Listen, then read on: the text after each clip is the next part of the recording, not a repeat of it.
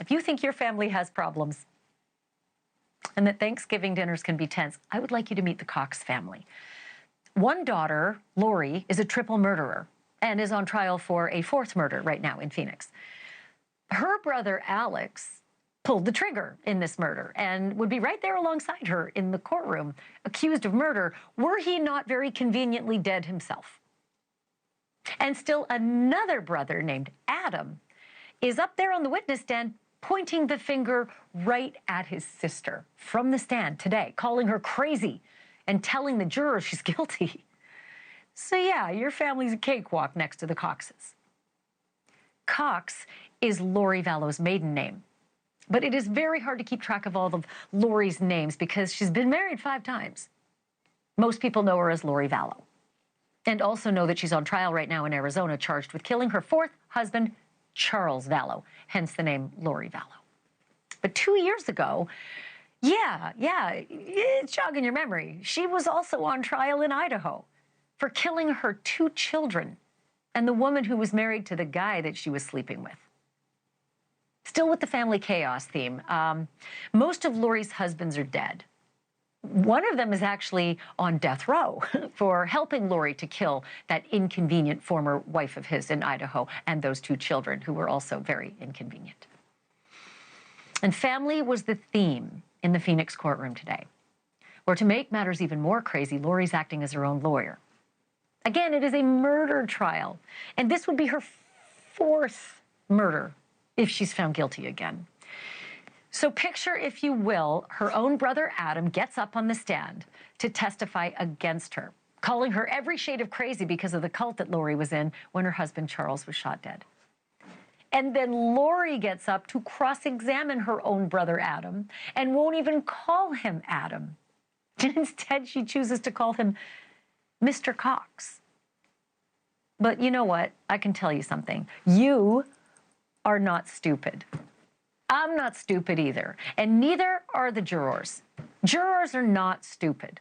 That jury, nothing was lost on them today. The court watcher said that Adam Cox buried his sister, handing her a huge loss.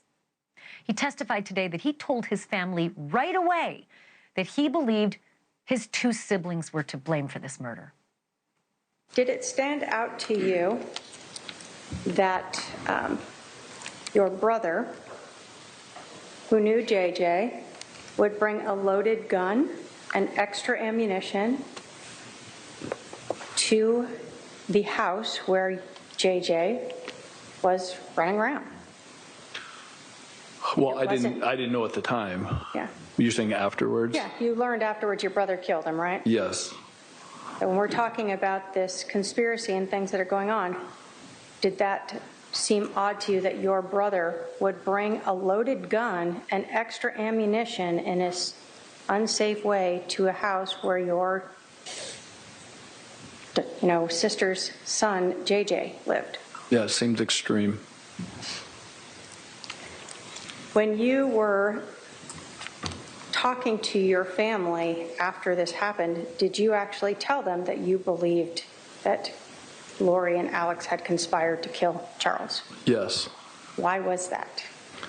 Because Lori had told people that Charles was no longer living, that some guy named Ned was inside of his body, that there was a zombie living inside of him.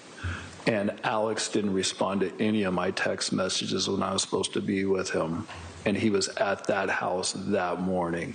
Lori talking crazy about how she's a translated being. All these things all added up into that moment and that morning. Once I found out on Saturday that Charles was shot and killed, no doubt on my mind that they killed him. That's a feeling that I got. And you told your family that? Yes. And your family too, Lori. It's so weird. He's saying Lori, but it's literally you, Madam Lawyer, cross-examining me, sister of mine. All the while that this craziness was going on, the Cox family was behind Lori, watching all of this circus from the gallery. And I think it is understandable, not one of them, not one of those family members were there for Lori. And I know this is very complicated, but there is another branch of the family that we need to talk about right now, and that is Charles Vallow's family. The victim in this case, the long-suffering fourth husband of Lori. Obviously, that's better days, but his sister, Charles's sister, Kay, has been front and center in this story since the beginning. She is the grandmother of one of the children that Lori killed. So yeah, Kay has a stake with her own brother and her grandchild murdered. She took the stand today too, and I do not have to tell you how much Kay hates Lori, a thrice convicted murderess who wiped out allegedly one, but definitely another of the most loved people in her life. So just imagine the tension when it came time for Lori to stand up as a lawyer again and cross-examine this poor woman, Kay. Ms. Woodcock, where were you on July 11th, 2019? At home in Lake Charles, Louisiana.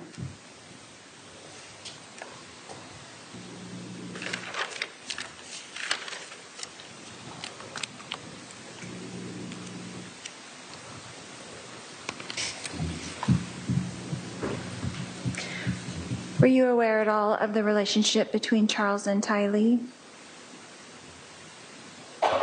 It was, let's say, it was a bit contemptuous. It seemed like there was always a lot of drama going on, and so that's all I knew. He didn't say too much about it, and I didn't pry.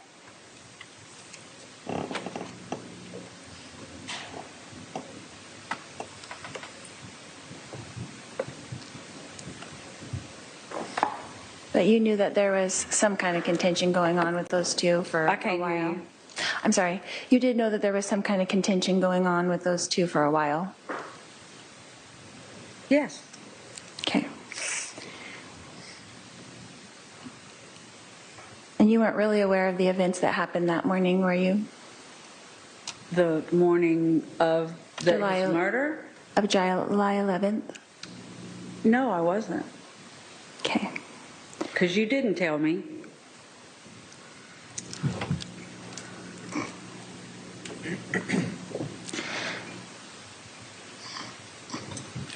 Ms. Woodcock, did you see or hear or personally witness me conspire with Alex Cox to kill my husband, Charles Vallow? No, but I saw a ton of evidence that did. Thank you. No further questions. Oops. Yeah, you know what, Lori, when you act as your own lawyer, you maybe don't expect that the witness you're cross-examining is about to shoot you from the witness stand, because that's what Kay just did. I've seen a bunch of evidence. I'll just give you that cautionary tale again that I always do. Do not act as your own lawyer, no matter how much you know about the law. Don't do it. Fool for a client. Aside from all of the points that the state is scoring in this case against Lori, it is hard not to think about the bigger picture. When Charles Vallow was shot dead on the floor of that house, police in Chandler, Arizona decided that his death was not a murder. I don't know why, but they believed Lori and her crazy brother Alex when that pair told the cops that Charles Vallow was shot in self-defense. This despite a boatload of forensic evidence that showed otherwise. And for 2 whole years, Alex and his sister Lori were free to roam about the country, killing at will, and that they did. It was only months after Charles was murdered, Lori's 2 kids, JJ and Tylee, were murdered by her and Alex. And so was the wife who stood in the way of that guy, the man Lori wanted to make husband number 5, which she did, just weeks after that poor wife, Tammy Daybell, was strangled and buried. What if Chandler PD had paid a little more attention to the forensics at that scene where Charles Vallow was bleeding? What if Alex Cox and his sister Lori Cox, Vallow, Daybell, you name it, what if they'd been arrested right then and there instead of years later, would those 3 innocent souls maybe still be with us tonight?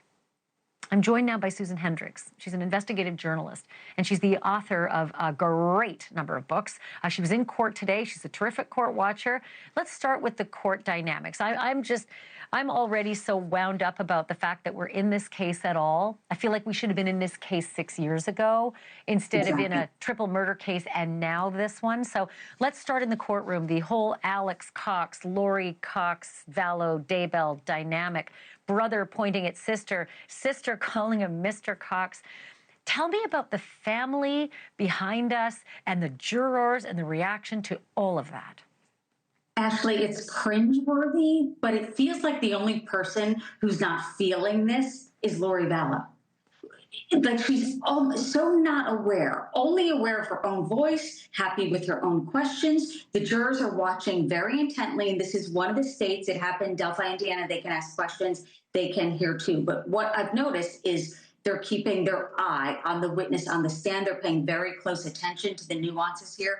But as you mentioned, calling her brother Mr. Cox. And also one of the questions, when's the last time I saw you? Alluding to, you don't really know me. And do you remember that I used to make green chili enchiladas? It's like, what is happening? What is going on there? But just like you said, the dysfunction is on display, and her charm worked. I think you're right. With the police officers at Chandler, they should have known that. The giggling, the charming everyone. She doesn't look like she's capable of doing what she's doing. She is. Oh, well, I go back over that scene and like hell hath no fury like mine when I see behavior like that. But just the evidence from the scene and the forensics, I'm going to get into that in just a hot minute with a detective because I cannot imagine how those two weren't cuffed right then and there. Let's talk about Kay. I have a soft spot in my heart for Kay Woodcock. For the last 6 years, I've had an ongoing conversation with this poor grandmother who has just had to sit through hell in Idaho with her grandson, JJ. And, you know, she considered Tylee her granddaughter, too. So 2 grandchildren dead, her brother dead, all these trials she's got to sit through. I want to play this moment where she talked on the stand and got very emotional about the moment she learned her brother was dead. Let's play that. It was horrible.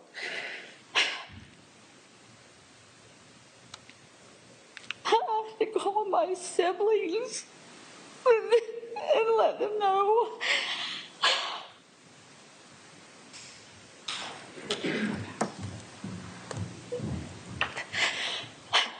Thank you. And everybody was freaked out. I didn't know what to do. But I did call Cole back and let him know that it was true, and just was telling him, you know, let's keep in touch. You find out something, I find out something, you know, we'll let each other know. You know, jurors have a lot of emotion when they see witnesses struggle like that, when they see someone from the prosecutors bringing up a box of tissues. That lands, that stuff lands. And I am wondering how Lori, who thinks she's a lawyer, she's not, how she's undoing all the damage on cross-examination. I got to meet Megan, which is Lori's cousin, in court today and during the lunch break, and she was upset. She said just the carnage to see it really play out there. She's like, Lori was a bridesmaid in my wedding. And she did point out to me, this is interesting, she said, I'm not blaming it all on Chad, her 5th husband. She's saying, Lori's always been manipulative, always been this way. But back to Kay, wears her heart on her sleeve, absolutely loved JJ, of course, and Tylee, and loved Lori. I thought that was so poignant, Ashleigh, when she brought it up in court today. I said, I loved her. We had a relationship. So it wasn't that kind of, I've always hated her. It was kind of, what happened here? The carnage. And her oldest son, I could feel the tension. He walked in, he sat down, Colby, and I could tell he wanted his mom to look back. He testified in the last trial. She didn't. And I could see kind of the side angle of his face. And she's giggling with the other attorneys, ha ha ha, and loving her objection, and that's beyond the scope. It's like I play one on TV, she's mimicking a lot, but I was sitting back with the carnage, and I got to see the family members who were thinking, like you said, it's on display. Here it is. And she doesn't have a care in the world, it appears. How could a mother not look back at her son? She's incarcerated. She's been in Idaho for years. And to have this moment to be in court in the same room as your son and not, I don't know, acknowledge, it tells me who she is, that's for sure. Susan, thank you for this. Can I call you back on this one? Absolutely. I'll be here. Awesome. Love it. Thank you so much, Susan Hendricks, joining us tonight. I want to bring in now someone who can help me with the big question. Would Tylee and JJ and Tammy Daybell be alive today if the Chandler police had processed that scene with a little more care? Chris McDonough is a retired homicide detective and director of the Cold Case Foundation. Okay, Chris, get me off the ledge. There is so much evidence that me, not a homicide detective, just me, little old Ashleigh, can point to say, I'd have cuffed them right there on the scene. I'd have cuffed Alex Cox and Lori Vallow and hauled them in, and I would never have let them out. Yeah, that's a great comment, Ashley, because, here we have a situation where, the police get there. It is a shots fired call. They get the guy walking out of the house who says, hey, I shot the guy. But, at that moment, it's really when, as an investigator, you start asking those probative questions of, hey, what do we have going here? What's going on? And credit to the very first officer on scene. You could tell that guy was a salty dog talking to, Alex sitting on the curb there. And it turns out he was a 20-year veteran. So I think he caught it, but there were many things that were lost in translation. And I think you're right. Had they investigated this case a little bit closer, almost immediately, perhaps those two children could be alive today. We'll never know that for sure. So, lest we think, it's unless you walk in the detective's shoes, you don't know what it was like there. Let me just go over some of the list of what was available to them right then and there, okay? Lori is acting super nonchalant and giggling that she's been in the neighborhood too, only a couple months. Like, hi, neighbors, which was weird to me on the body cam right away. And, your husband is bleeding out and dead on the floor, and you're giggling about having just moved into the neighborhood. That's one. Number two, she's overheard on her phone at the scene canceling a pool party because there's, we got other stuff going on today. Are you effing kidding me? So that's number two. Number three, the floor has bullet marks underneath Charles's body, meaning he was shot while he was down on the floor. Hello, again. You don't need to be a forensics expert to know that's not self-defense. If the threat is on the floor and you're doing the execution shot, that's a no-brainer. The bat that was used apparently to hit Alex in the head and cause his big head injury, which led him to shoot Charles dead, it's got none of Charles's matter, or it's got none of Alex's matter on it. And it's at his left hand and Charles is right-handed. P.S. Then later, Lori's cheating on her husband. Charles was on a date the night before. How much more do I need to go over to say we don't need 2 years to deem this a murder? Yeah, no, you're 100% right. I mean, and also if we add into that, in the crime scene reconstruction of this whole thing, the bat has never made sense from day one. I mean, one is who retrieves the bat. I mean, she puts that on her daughter coming down the hallway with the bat, allegedly, and that the father and the daughter are going to have a bat fight in the middle of the hallway. And when you start looking at the trajectory of where those rounds went, had they just run some laser, where you'll be able to see where those rounds went and how they got there. But more importantly, you have a coup de grace shot here. It's obvious that somebody is standing over, Charles when he was shot. And then you look at the positioning of the bat based on what the witnesses are telling you, i.e. Alex, Lori, et cetera. And it wasn't lining up. I mean, if you look at his hat, for an example, his hat's on the other side of the room. How does that get over there? I've seen hundreds and hundreds of gunshots and crime scenes involving gunshots. And it's not like the movies where it blows your hat halfway across the room. Right. So you're right. There's You're on also to something. Yeah, there's also the 47 minutes that it took for them to call 911 after Lori went skedaddling out of the house to take JJ to school. Again, taking JJ to school was important at that moment that her husband is bleeding out and dying on the floor. None of it made sense to me. Well, you Chris have to buy McDonough, thanks. I'm going to have flip-flops. you back because we still have, days left in this trial, so lots more to talk about. Thanks for being on tonight. Thank you. Thanks for watching. Go to joinnn.com to find NewsNation on your screen. And don't forget to click the red subscribe button below to get more of NewsNation's fact-driven, unbiased coverage.